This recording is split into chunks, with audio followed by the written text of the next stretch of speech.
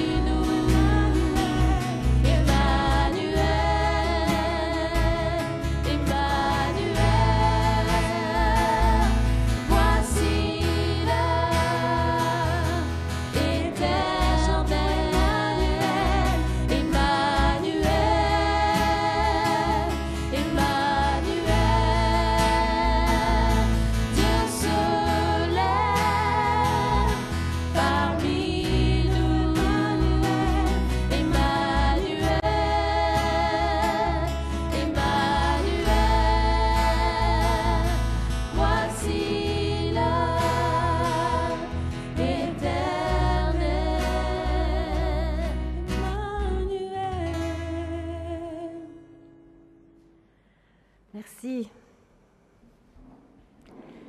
Alors oui, il y a eu Noël, et qu'en est-il après une semaine? Êtes-vous de ceux qui sont encore dans la féerie de Noël, dans l'agitation? Ou de ceux qui vivaient pleinement, sereinement la présence de Dieu? Ou bien êtes-vous de ceux qui vivaient un after Noël désenchanteur, désenchanté? Ou peut-être un peu de tout ça. Parce que oui, les fêtes, mais après. Il y a parfois, ou bien souvent, un contre-coup. On fait un petit bilan de fin d'année, puisque Noël, c'est vite suivi de la fin d'année. Dans le monde, je ne vous apprends rien, que tant d'endroits où règne la guerre et les conflits, la crise économique, le dérèglement climatique nous inquiètent. On se sent bien petit face à tout ça. Seigneur, que se passe-t-il? Que faire? Et puis, on fait parfois aussi notre propre bilan personnel. Bilan peut-être qui n'est peut-être pas fameux non plus. On désenchante, on est découragé. Un petit verset m'a interpellée dans Actes 1, 11. Hommes de Galilée, pourquoi restez-vous à regarder le ciel? En fait, les apôtres viennent d'assister à l'ascension de Jésus dans le ciel, après avoir passé 40 jours avec lui et du bon temps, enfin du temps de qualité, plus que de qualité. Et donc, ils sont désemparés, ils sont un peu perdus, ils se demandent qu'est-ce qu'ils vont bien faire sans Jésus qui est au ciel. Et la question de ces deux anges, pourquoi restez-vous à regarder le ciel? Je ne sais pas, ça m'a frappé. C'est comme si on est là et on reste et on attend quelque chose. Eh bien, ça va les réveiller. En effet, un peu plus loin dans le texte, on voit que les apôtres décident finalement de quitter la colline, de monter à l'étage supérieur d'une maison et pour se retrouver avec quelques femmes, avec Marie, la mère de Jésus, avec les frères de Jésus, pour s'unir et prier, car ils ont reçu la promesse que Dieu reste avec eux par l'Esprit. Donc ils se bougent, ils se déplacent, ils se rassemblent, ils s'unissent. Et n'est-ce pas là la raison fondamentale pour laquelle nous nous retrouvons ce matin? Nous nous sommes déplacés.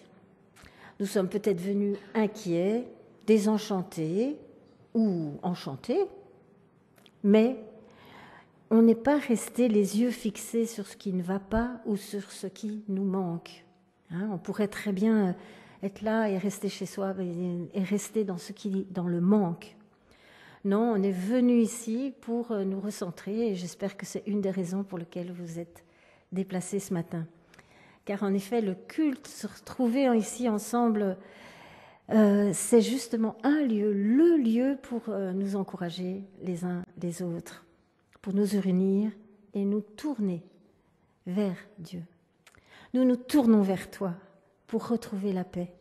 Nous élevons nos voix pour t'adorer et te retrouver, Père, à genoux. Je vous invite à vous lever pour chanter 2 chants. Nous nous tournons vers toi, suivi de l'autre chant, mais je vous invite à vous lever. Nous nous tournons vers toi.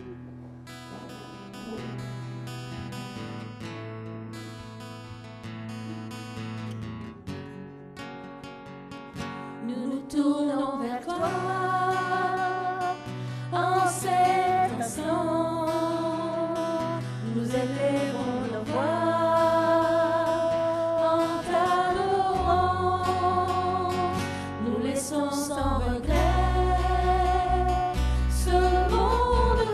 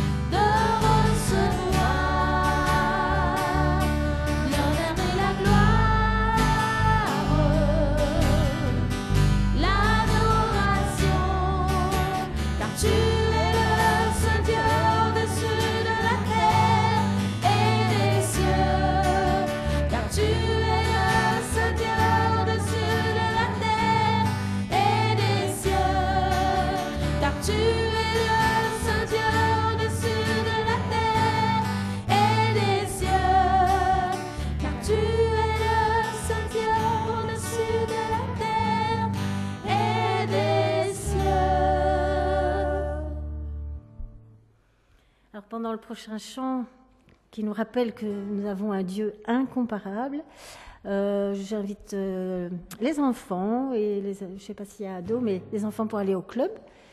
Aujourd'hui, on est un peu moins nombreux, mais qu'importe, on est là. Et je vous invite à chanter ce chant, « Ô Dieu incomparable ».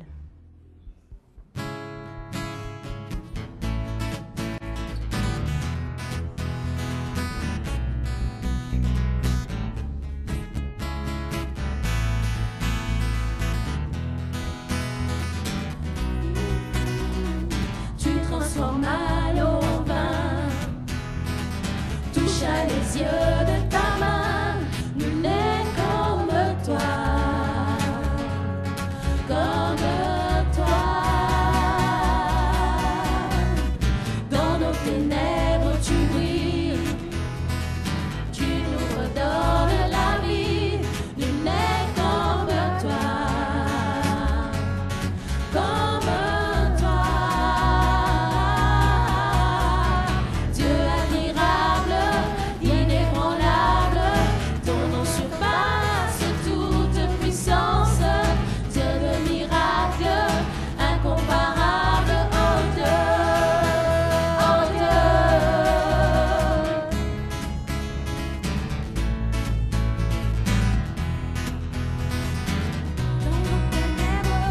Dans nos ténèbres tu brilles, tu nous redonnes la vie, tu nous redonnes la vie, nul n'est comme toi, comme toi.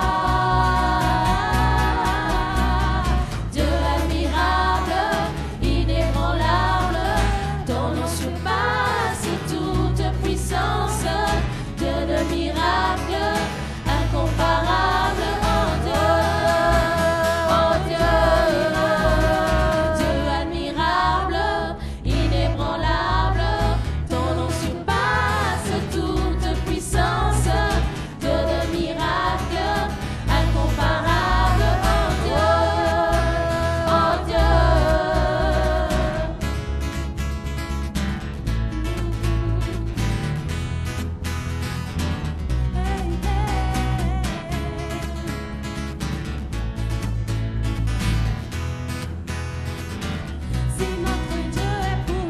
Si notre Dieu est pour nous, qui pourra nous arrêter? Et si Dieu est avec nous, qui sera contre nous? Si notre Dieu est pour nous, qui pourra nous arrêter? Et si Dieu est avec nous, qui sera contre nous?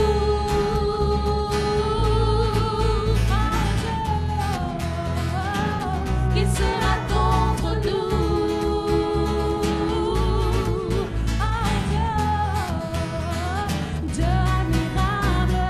Dieu admirable, inébranlable, ton nom surpasse toute puissance, Dieu de miracles, incomparable, oh Dieu, oh Dieu. Dieu admirable, inébranlable, ton nom surpasse toute puissance, Dieu de miracles, incomparable, oh Dieu, oh Dieu.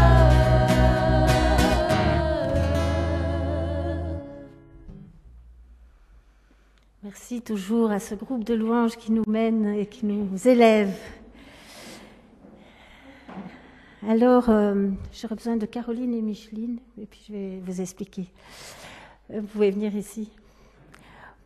Voilà, pour introduire un petit moment de partage, vu que c'est un dimanche un peu plus spécial, de fin d'année, qu'on est moins nombreux, j'aimerais maintenant vous inviter à piocher un petit galet qui sont dans les paniers qui vont suivre. Donc vous pouvez faire passer de chaque côté, vous prenez sans réfléchir un petit galet. Et je laisse passer, et il ne faudra pas oublier le groupe de louanges aussi. Et alors je m'explique. En fait, sur chaque galet est inscrit un verbe. Mais pas n'importe quel verbe, un verbe à l'impératif. Et pas à prendre comme un ordre, mais plutôt comme un souhait, comme une invitation, comme un vœu peut-être pour la nouvelle année. Et voilà ce qu'il y a dans le panier. On verra ce que vous aurez pioché.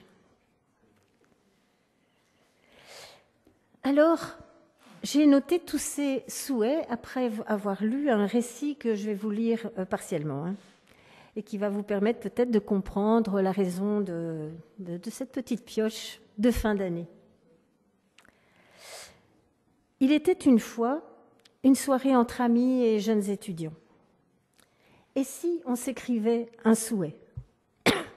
On mélange et on tire chacun un petit papier. Et on laisse l'Esprit Saint nous suggérer un conseil pour cet échange, bien que c'est l'Esprit, mais ce jeune étudiant tire un papier et il lit « Veille ». Et il dit « Ce mot s'est gravé en lettres de feu dans mon cœur. Veille. Veille sur ton frère, mais aussi veille, fais attention à toi. Veille comme un résumé des mots du Christ, qui rappelle qu'il faut veiller aux plus petits d'entre eux. Et puis, veille aussi à se laisser modeler par Dieu. Et cet étudiant qui dit « Combien ce petit verbe m'a interpellé et ne m'a plus quitté pendant des semaines comme une exhortation, comme un encouragement pour avancer sur le chemin. » Alors voilà, vous l'avez peut-être compris, maintenant je compte un petit peu sur vous pour avoir un court moment de partage. Qu'est-ce que le verbe que vous lisez sur votre galet évoque pour vous? Évoque-t-il un souhait, un rappel, un questionnement, un remerciement? Par rapport peut-être à 2023 ou par rapport à 2024? Est-ce que ça évoque pour vous quelque chose? Alors c'est sans pression évidemment, parce que l'important finalement c'est ce que ça va vraiment faire en vous. Et j'espère que ça fera écho dans quelque chose dans votre vie personnelle, et c'est ça l'essentiel. Mais s'il y a 2-3 personnes qui, tout d'un coup, par rapport à ce petit verbe, ont envie de dire quelque chose, ben voilà, on a quelques minutes pour ce partage, et vous pouvez venir ici au micro. C'est ça, Jean-Émile? Oui, voilà, comme ça vous êtes libre et... Aïméné. Je l'ai senti. Bah, tu peux faire alors où on en vient ici. Tchouk, tchouk. Voilà.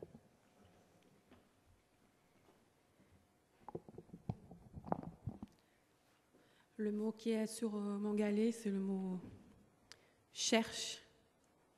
Et quand Sylviane a annoncé l'idée, ma première prière, c'était Esprit Saint, parle-moi à travers ce petit mot, et effectivement, ça me parle. Ça me parle parce que ça fait un moment qu'il m'invite à chercher sa présence d'une façon spéciale. Ça fait un moment que Dieu m'invite, qui me dit, c'est moi, toi et ma parole. Et qui me dit, cherche-moi de tout ton cœur, et celui qui me cherche me trouvera. Il me dit de chercher les réponses dans sa présence. Il me dit de chercher ma prochaine stratégie pour le projet qu'il m'a mis à mon cœur, toujours dans sa présence. Chercher toujours quoi faire en lui. Et c'est très interpellant pour moi. Merci, Damien.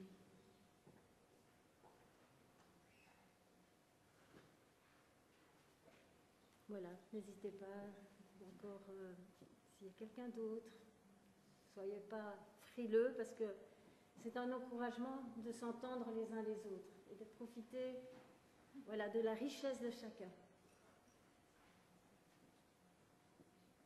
Alors moi j'ai voix, du verbe voir. Alors ça me fait penser, je pense que c'est un verset qui dit « Venez et voyez combien le Seigneur est bon ». Je ne connais pas la référence, ou c'est un chant, je ne sais pas. Bref, j'ai ça en tête, venez et voyez combien le Seigneur est bon. Et puis aussi voir comment Dieu travaille dans notre Église, dans la vie de personnes de notre Église, au-delà de notre Église, dans le monde. Voir ce que Dieu fait.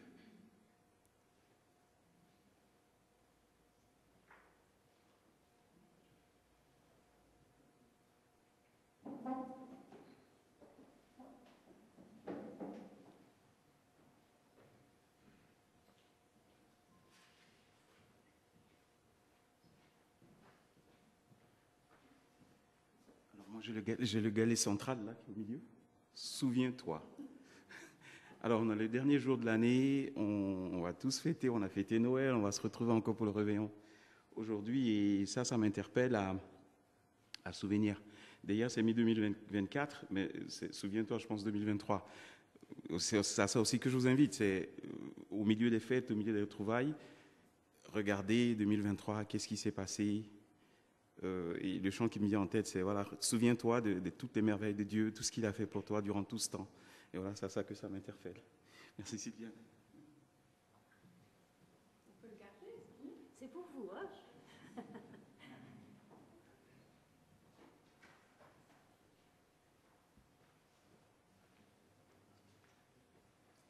Alors, bon, moi, j'ai poursuivi, que je relise bien ce que j'ai bien dit, mais j'ai bien dit ça.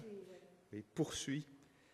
Et ça me permet aussi, dans les moments de doute que je pose sur ma vie, sur ma foi, sur l'Église, sur Dieu, sur tout ça, de se dire, t'arrêtes pas, poursuis. Et en même temps, comme j'avais dit lors du camp d'église, là, surfons ensemble, hein, avançons ensemble, poursuis, laisse-toi porter par les autres aussi, et fais confiance. Et donc, voilà, ça m'encourage dans les moments où je me demande, je reste statique en me disant, qu'est-ce que je fais, de dire, laisse-toi porter, poursuis, avance, et fais confiance. Voilà.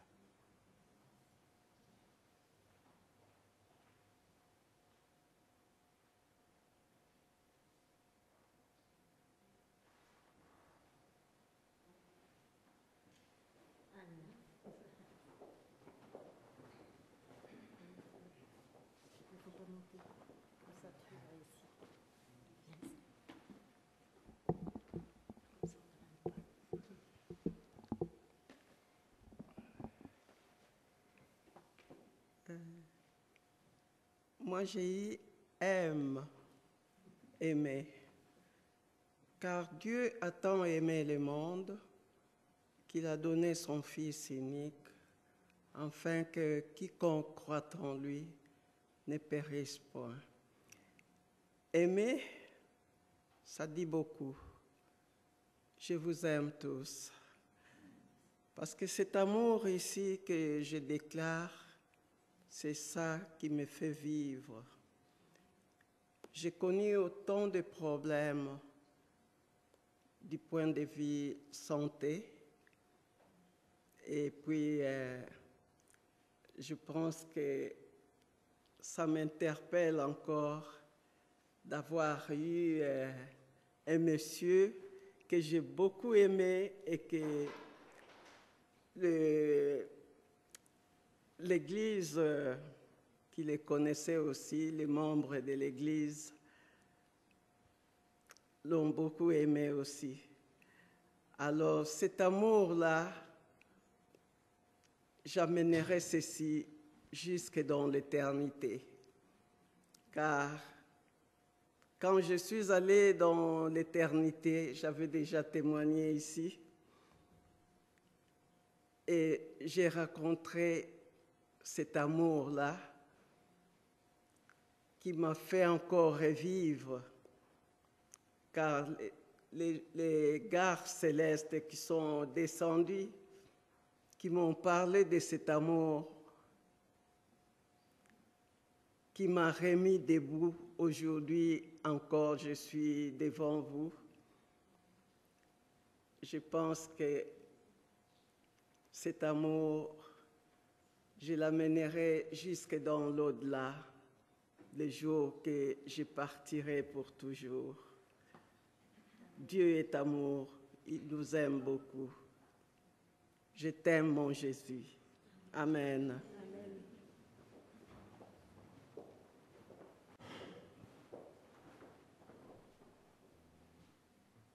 Encore une ou deux personnes ou personnes qui se lancent. Dans les musiciens, on ne sait jamais. Non, voilà. Je pense que l'important, c'est ce que ça va continuer à faire comme effet dans vos vies pour pour cette semaine et peut-être pour plusieurs mois. Je vous lis un texte qui parle de Jésus en termes de verbes.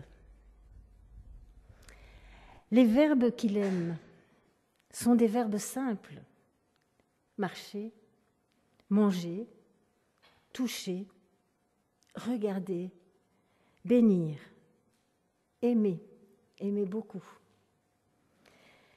Mais aussi chercher, veiller, quitter, pleurer, se perdre, mourir, des verbes pleins, humains, à portée de main. Mais en lui, ils reçoivent une hauteur étoilée. Jésus, il est seulement ce qu'il doit être, une parole dans la chair du monde, une parole de l'en haut, fécondant l'en bas, une parole qui fait ce qu'elle dit, qui est ce qu'elle fait.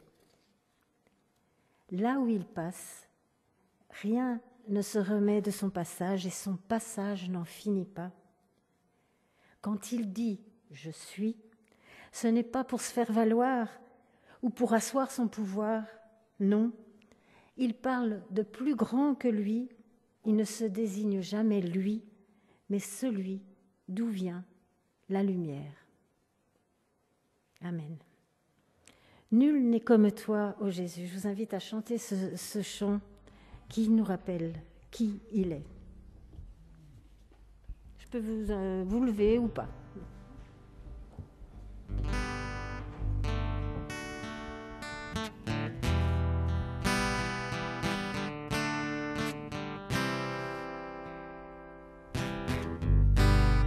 Oh Jésus, mon sauveur, Seigneur, il est comme toi, jour après jour, je te louerai, car ton amour est merveilleux. Mon abri, mon refuge, mon réconfort, mon rocher, tout ce qui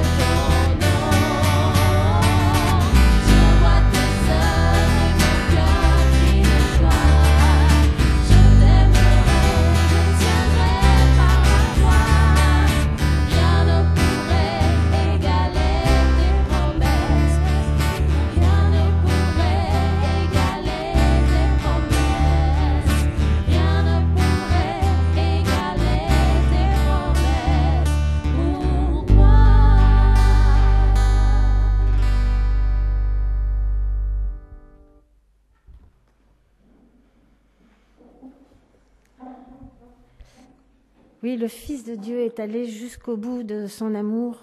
Il est allé jusqu'à la croix. Nul n'est comme lui. Alors le cheminement de foi est différent pour chacun. Mais le jour où on comprend cela, on est envahi par cet amour extraordinaire et on ne l'oublie pas et tout change.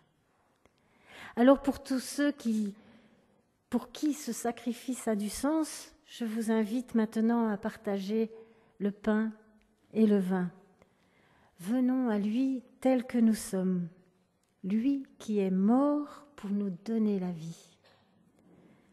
Je vais demander de pouvoir distribuer le pain et le vin à ceux qui... Et je lis ce texte dans Luc 22, 15. J'ai vivement désiré célébrer cette Pâque avec vous avant de souffrir. En effet, je vous le déclare, jamais plus je ne la mangerai jusqu'au jour où tout ce qu'elle signifie sera accompli dans le royaume de Dieu. En attendant de tout comprendre, Dieu est parmi nous par son esprit. Il nous comble de sa grâce, il donne, nous entoure, nous conduit, nous offre son pardon et sa joie. Et on retrouve tous ces mots dans ce chant « Dieu de toute grâce » que on va chanter comme une prière pendant la distribution. Dieu de toute grâce.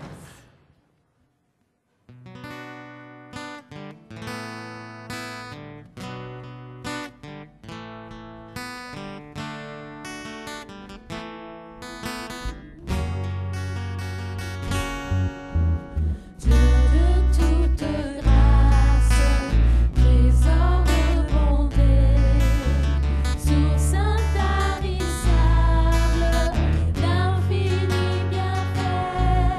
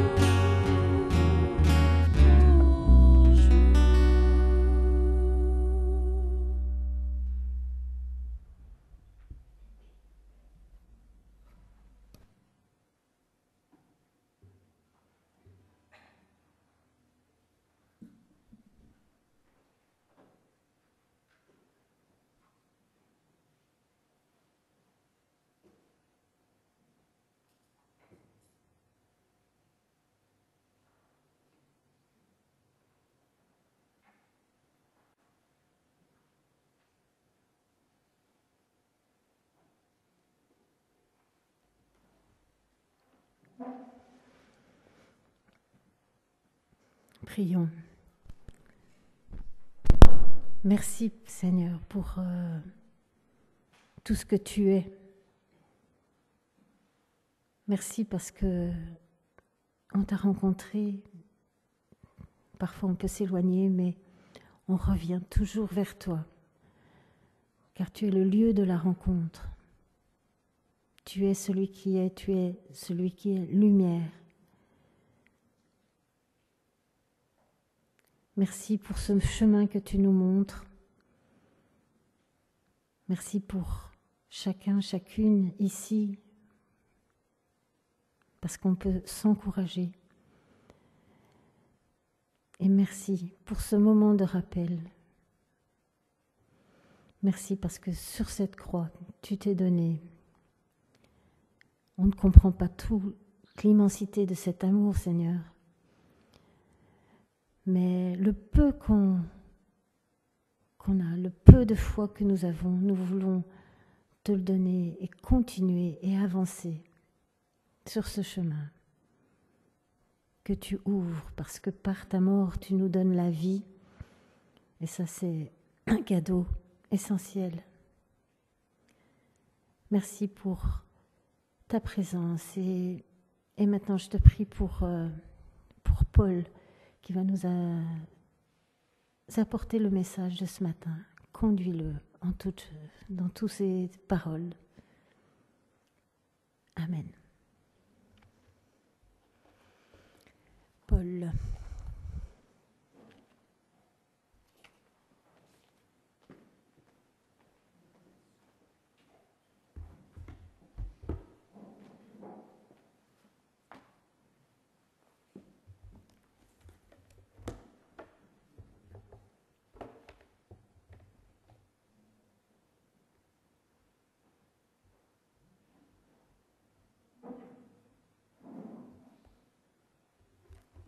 Bonjour à tous. Pour démarrer, je vais commencer par une lecture, le psaume 104.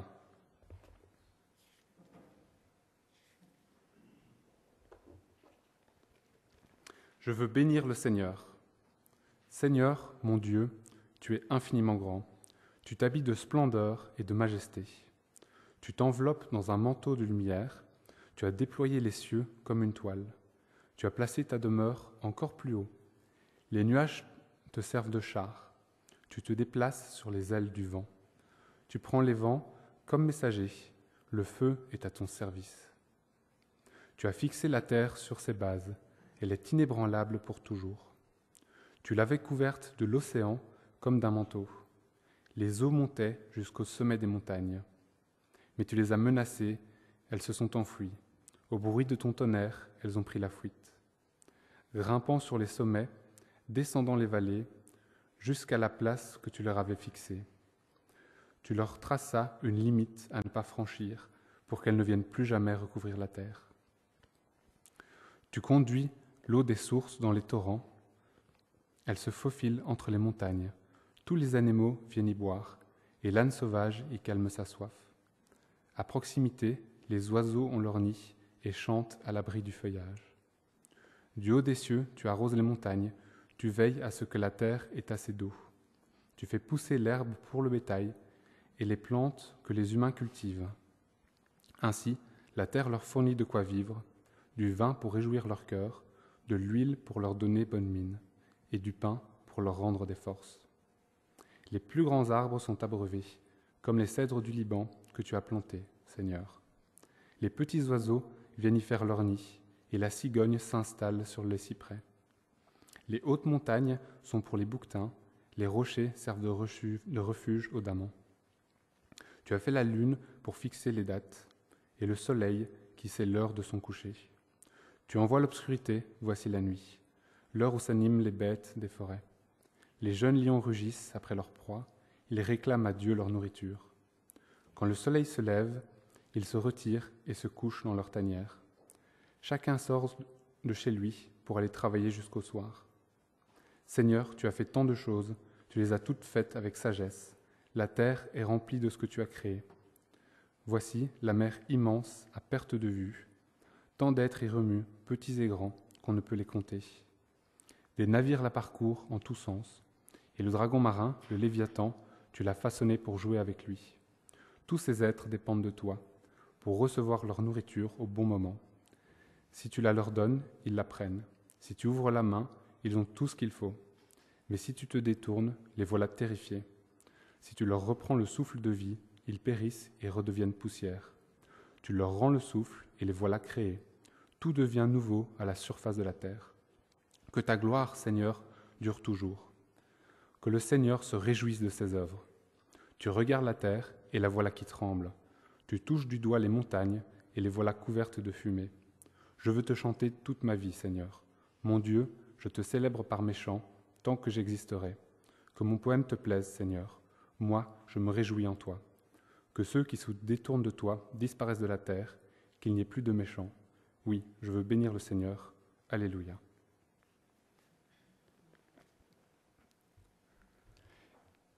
Alors nous sommes en fin d'année 2023 et début d'année 2024. Qui d'entre vous a pris des résolutions pour l'année prochaine ?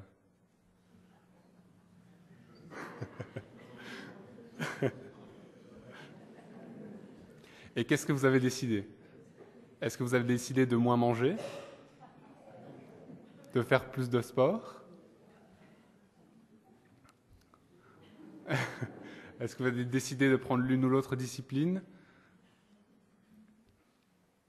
Alors, si vous tenez toutes ces résolutions, bravo à vous, mais vous n'allez peut-être pas avoir une année très agréable, vous n'allez pas prendre beaucoup de plaisir.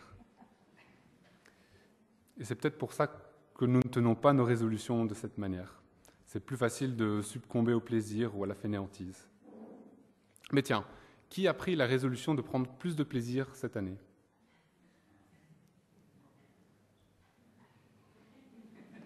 Est-ce que quelqu'un a pris la résolution de manger plus de chocolat ?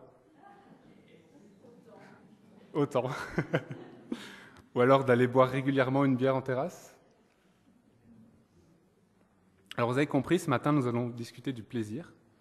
Et en fait, la prédication que je vais donner aujourd'hui s'insère dans notre série sur les prédications autour de la vie quotidienne, autour du train-train journalier.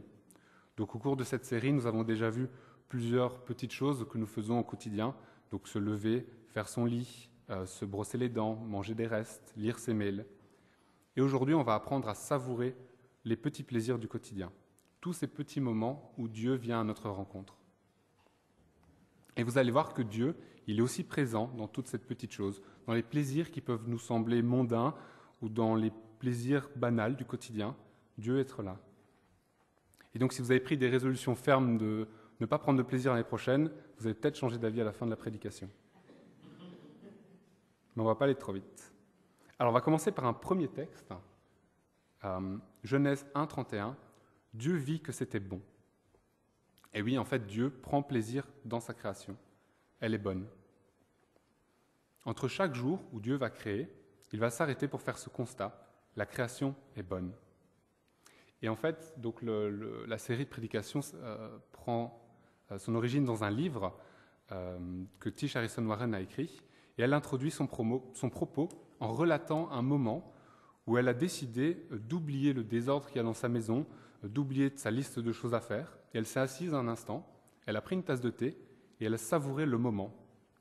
Et en fait, cette pause lui a permis de s'arrêter et de prendre le temps de prendre conscience de ce qui l'entoure et de savourer, de goûter que c'est bon.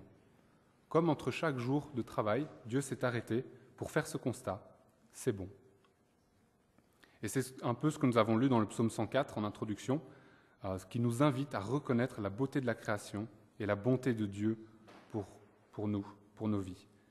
Et c'est dans cette mesure-là que nous pouvons louer Dieu.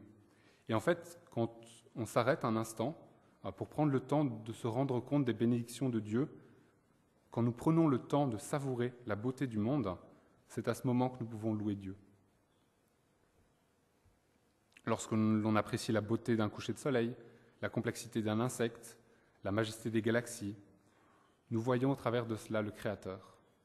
En admirant la beauté de la création, nous pouvons nous rendre compte à quel point le Créateur, lui, est encore plus beau. Et en fait, on n'imagine pas à quel point il est beau. Et c'est en prenant ce plaisir de la contemplation que nous pouvons louer Dieu.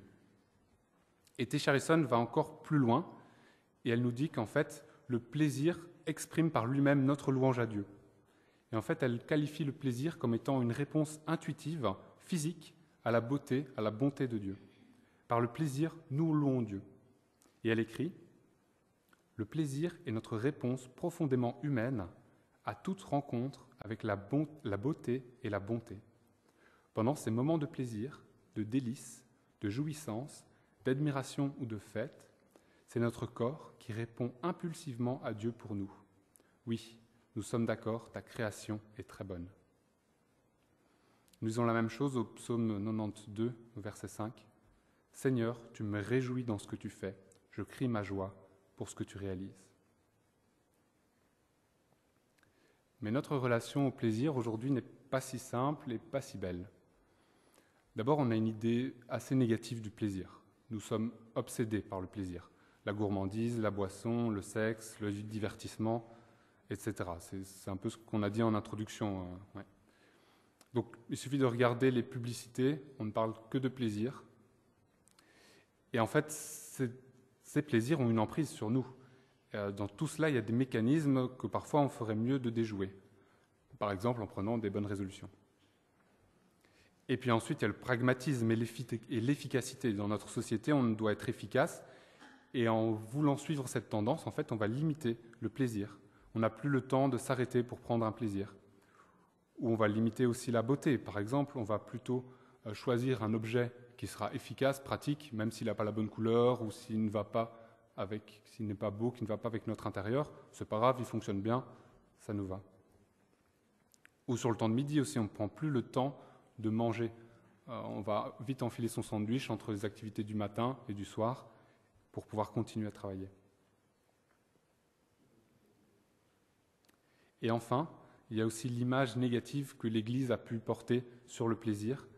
Une Église qui rejette le plaisir, on a cette image des interdits, les 7 péchés capitaux. Et on se culpabilise très vite dès qu'on prend un petit plaisir. Et donc je viens d'énoncer quelques vérités sur le plaisir et sur notre relation, avec une vision un peu négative. Donc on pourrait dire, on va prendre le contre-pied, mais on va être un peu plus nuancé que ça, mais on va d'abord discuter quand même de la face positive qui peut être vécue dans la foi chrétienne. Parce qu'il y a une belle face au plaisir. Dieu se délecte de sa création. Dieu prend plaisir en elle.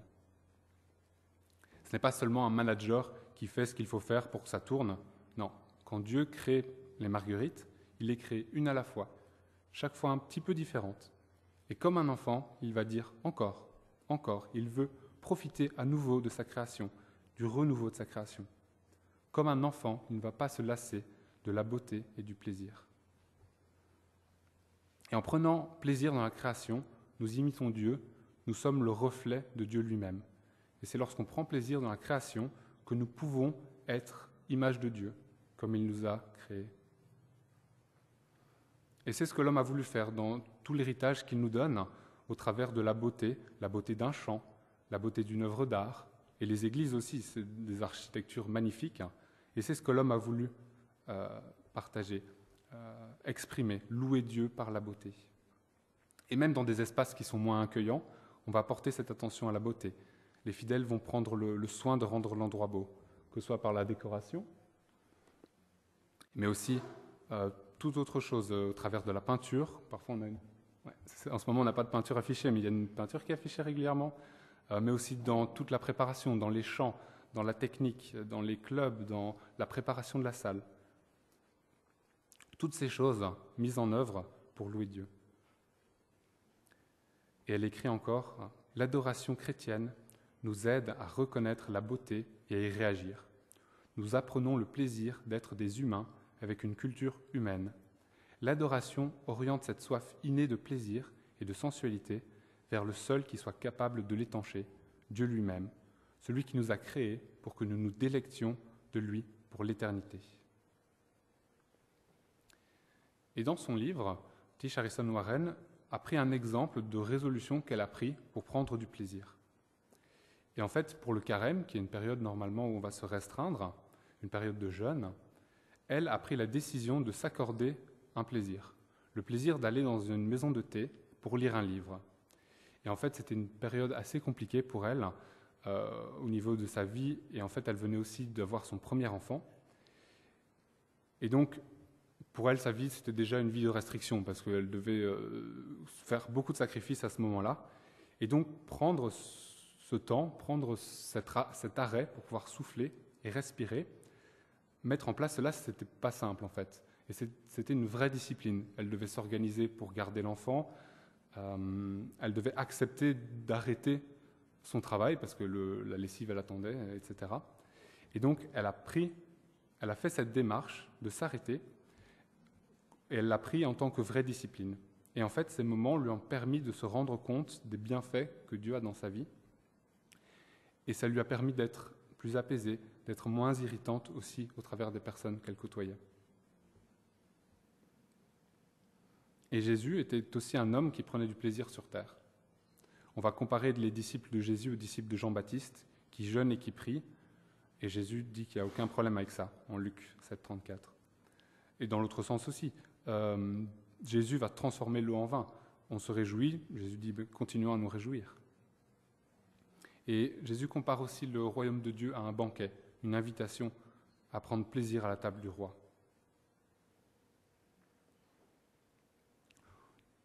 Nous oublions parfois que Dieu a fait ce monde. Ce que je veux dire par là, c'est que Dieu a créé le plaisir. Il l'a créé bon. Alors bien sûr, comme beaucoup de choses, on l'a détourné, le péché a fait que le plaisir est devenu une mauvaise chose. Mais en Dieu, le plaisir peut redevenir bon, peut redevenir bonté, peut devenir louange. Alors je ne veux pas dire d'orienter tous ces plaisirs vers Dieu et de se culpabiliser si on a un plaisir qui n'est pas tourné vers Dieu. Non, je pense que le plaisir en lui-même peut se suffire. Rien que prendre plaisir peut être l'occasion de louer Dieu. Et que, en fait, notre corps, en prenant plaisir, exprime cette reconnaissance à Dieu. Mais alors attention, il faut quand même se poser des limites. Le plaisir est un cadeau, mais le plaisir peut aussi devenir une idole. À chaque fois que l'on répond à un plaisir envie, nous nous faisons du bien, mais ensuite cette envie va crier encore, encore. Et le piège, c'est qu'en continuant à entretenir cette envie, elle va devenir elle-même un faux Dieu en fait. Et à chaque fois qu'on y répond, elle est plus difficile à satisfaire. Et elle demande plus. Et ça devient doucement une addiction. Et elle se transforme en faux Dieu, comme j'ai dit. Et on peut arriver à un stade où on répond au plaisir pour le plaisir en lui-même, et c'est lui qui devient roi, c'est lui qui guide nos pensées, alors que c'est Dieu qui devrait recevoir toute notre adoration. Alors selon Lévis, la solution n'est donc pas d'éviter le plaisir, mais de le ressentir, de le lire correctement, de le recevoir à la fois comme un don et comme un message. Le plaisir, selon lui, demande aussi du discernement. Alors pour votre année 2024, je vous souhaite bien du plaisir. Je vous souhaite de prendre du temps, ces moments d'arrêt. Je vous souhaite de voir Dieu au travers de ces moments. Et donc, quelle résolution allez-vous prendre ?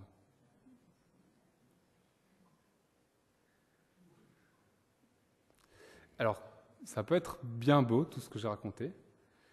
Ça peut être un peu théorique, un peu ancré dans le ressenti pour certaines personnes. Mais prendre du plaisir peut aussi être une démarche volontaire, une démarche orientée, et qui demande de mettre en marche notre raison. Ça peut être tout un travail. Alors certains sont d'un naturel plus contemplatif, et ce sera plus simple pour eux de s'arrêter, de profiter du temps. Mais d'autres, comme moi peut-être, sont moins contemplatifs et ont peut-être plus de difficultés. Mais ce n'est pas une fin. Il me semble qu'on a tous quand même au fond de nous cette part de nous-mêmes qui est portée vers la contemplation. Quand on voit un coucher ou un lever de soleil, ça nous parle, on voit cette beauté. Parfois, vous avez probablement déjà vu ça, quand il y a des nuages et que la lumière perce au travers, c'est un peu divin comme ça. Et le défi pour nous est de voir ces moments. Ils se produisent tous les jours autour de nous. Mais nous ne prenons pas ce temps de nous en rendre compte et de louer Dieu. Et donc la prochaine fois que vous conduisez, que vous passez en dessous d'un arc-en-ciel, Prenez une seconde pour remercier Dieu, pour le remettre à sa place. Mais ce n'est pas simple. Nous sommes vieillis, nous sommes marqués du péché, nous ne sommes plus sensibles à toutes ces merveilles. Et donc nous devons réapprendre ça, réapprendre la joie, l'émerveillement. Laisser nos soucis de côté, l'anxiété, le stress, l'impatience et toutes ces choses qui nous empêchent cela. Une bonne appréciation du plaisir n'est pas naturelle, ça demande du travail. Jouir du monde dans lequel nous vivons demande beaucoup de force. Il faut donc nous entraîner comme si c'était un muscle qui nous permettait de nous réjouir et de nous délecter de la vie. C'est un travail de chaque jour. Et c'est par une attitude volontaire d'adoration vers Dieu que cela s'accomplit, en reconnaissant que tout cadeau de valeur, tout don parfait, nous vient d'en haut, du Père qui est toute lumière. Et avant d'avoir une foi forte, on va dire ça comme ça, et de prendre plaisir facilement en Dieu, il y a tout un chemin. C'est un mouvement en fait perpétuel, un mouvement vers le Père. Et ce mouvement commence dans les petites choses, dans notre train-train quotidien, lorsque nous sommes aptes à prendre du plaisir dans ces petites choses, dans les petits clins d'œil que Dieu nous accorde. C'est par la suite que nous allons pouvoir nous rendre compte de la fidélité de Dieu dans la durée. C'est en nourrissant notre relation par ces petites choses, en orientant notre orientation vers le Christ, que nous pourrons aller en profondeur dans son intimité. Pour conclure, je vais vous raconter une petite histoire qui nous est en fait d'abord racontée par Jésus dans le Nouveau Testament. Et pour que vous puissiez mieux vous imprégner de l'histoire, je vais la raconter à la première personne. Et donc, je commence à vous raconter mon histoire. Mon histoire commence le jour où mon frère a demandé à notre père sa part d'héritage. Quelle idée, quel manque de respect. Mais j'étais surpris de voir que père a accepté. Mon frère est donc parti avec une petite fortune en poche. Cela ne m'arrangeait pas trop, car père avait beaucoup d'affaires et il fallait s'en occuper. Mais c'est ce que j'ai fait. Je me suis mis à mon travail. Mais voilà qu'un peu plus tard, mon père est revenu. Mon frère est revenu. C'est dingue. D'abord, il ose partir, et ensuite, il ose revenir. Et en plus, il n'avait plus un sou. Il avait tout dépensé. Et vous savez ce que père a fait ? Il a donné des habits à mon frère et a offert un banquet en son honneur. Alors là, j'étais fâché. Déjà qu'il a manqué de respect à mon père une première fois lorsqu'il a quitté la maison avec tout son argent, et après ça, il ose revenir sans rien, et père félicite un tel comportement ? Il ne mérite pas du tout cela. Et alors c'était la fête, mais hors de question que je rentre dans la maison pour cela. Je travaille tous les jours pour les affaires de père, et jamais il n'a fait de fête en mon honneur. Alors père est venu pour insister, pour que je rentre à la maison, et je lui ai tout dit. Écoute, il y a tant d'années que je te sers, sans avoir jamais désobéi à tes ordres. Pourtant, tu ne m'as jamais donné même un chevreau pour que je fasse la fête avec mes amis. Mais quand ton fils, que voilà, revient, lui qui a dépensé entièrement ta fortune avec des prostituées, pour lui, tu fais tuer le veau bien gras ? Et voici ce que père a répondu. Mon enfant, toi, tu es toujours avec moi, et tout ce que je possède est à toi. Et ensuite, il a encore insisté en parlant de mon frère et de la joie qu'il avait de le revoir. Mais je n'en pouvais plus. Ce jour-là, j'étais très en colère. Je n'ai même pas reçu tout ce qu'il m'a dit. Et maintenant, je me rends compte qu'en effet, chaque jour, je peux jouir des bénédictions de mon Père. Comme dans cette parabole, nous sommes souvent pris par le travail quotidien, par les activités extra ou par les activités même de l'Église. Nous oublions que Dieu est toujours là, qu'il est auprès de nous, quoi que nous fassions, où que nous soyons. Dieu est avec nous, Emmanuel. Nous pouvons, à chaque instant, nous arrêter, prendre plaisir en sa présence et dans les bénédictions qu'il donne dans notre vie. Et donc, vous l'avez compris, dans cette parabole, le Père représente Dieu et les frères nous représentent. J'ai choisi de centrer le récit sur le second frère pour rendre compte de cette réalité. Dieu est toujours avec nous, il est au milieu de nous. Et il ne reste qu'à nous de nous rendre compte de cela et de le vivre. Ce que je vous invite à faire à la suite de cette prédication, dans les jours qui viennent, dans l'année qui arrive, c'est de faire ce travail de la contemplation. Lorsque Dieu vous fait un clin d'œil, arrêtez-vous un instant pour le savourer et pour remercier Dieu. Chaque jour, dans chaque petit plaisir, se trouve l'occasion de louer Dieu. Que notre vie soit pour la gloire de celui qui est le plus grand, en commençant dans les petites choses, tout ce qui semble banal dans notre quotidien. Acceptons de prendre du plaisir et de remercier Dieu. Amen.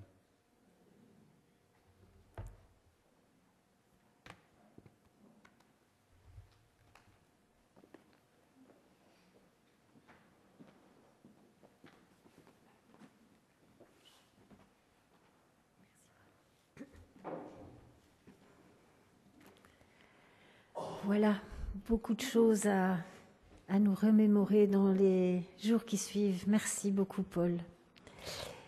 Et donc, je vais maintenant, dans la poursuite de ce culte, il va y avoir quelques annonces de notre vie d'église. Et puis, pendant ce temps, on pourra passer les paniers pour l'offrande. Et donc, rien n'est obligatoire. C'est surtout pour les participants et les membres de l'Église, parce qu'on sait où ça part. C'est pour tous les projets que nous soutenons et pour la vie d'Église. Je te laisse la parole, Pierre. Voilà. J'ai retrouvé le verset qui m'était venu en tête tout à l'heure avec le petit caillou. J'avais en tête « Venez et voyez que l'Éternel est bon ». Et dans la Bible que j'ai là, version Semeur, c'est même « Goûtez et constater que l'Éternel est bon ». Voilà, ce sont des vœux pour 2024. Goûter et constater que l'Éternel est bon. Quelques annonces. Cette semaine, pas mal de personnes sont en congé.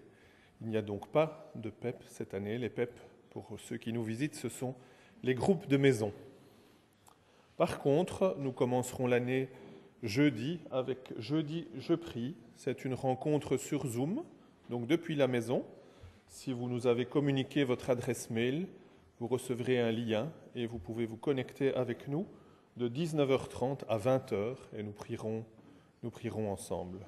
On aime bien rappeler que vous pouvez simplement vous connecter. Si vous dites « moi je ne vais pas me connecter parce que je ne veux pas prier, je ne le sens pas », vous vous connectez simplement et vous assistez à la réunion de prière.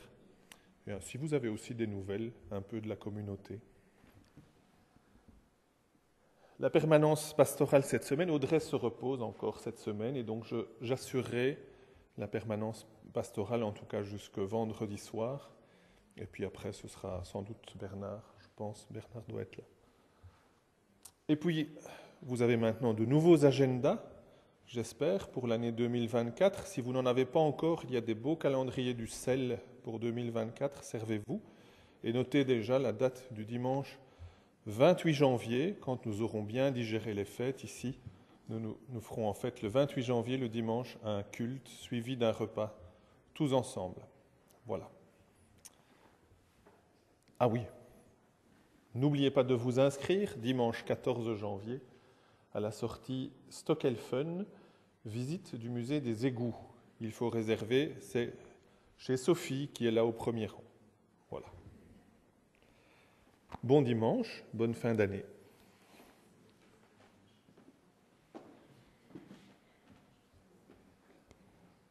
Si vous continuez à avancer, vous vous apercevrez que Dieu est avec vous et derrière vous. Voilà mon souhait pour 2024. Il a été avec vous en 2023, il le sera en 2024 et sa grâce est suffisante. Soyons vecteurs de cette grâce en parole et en action. Il est là pour nous guider. Il me dit « Viens et suis-moi ». Rien ne changera mon amour. Il m'aime. Je vous invite à vous lever pour ce chant final. Je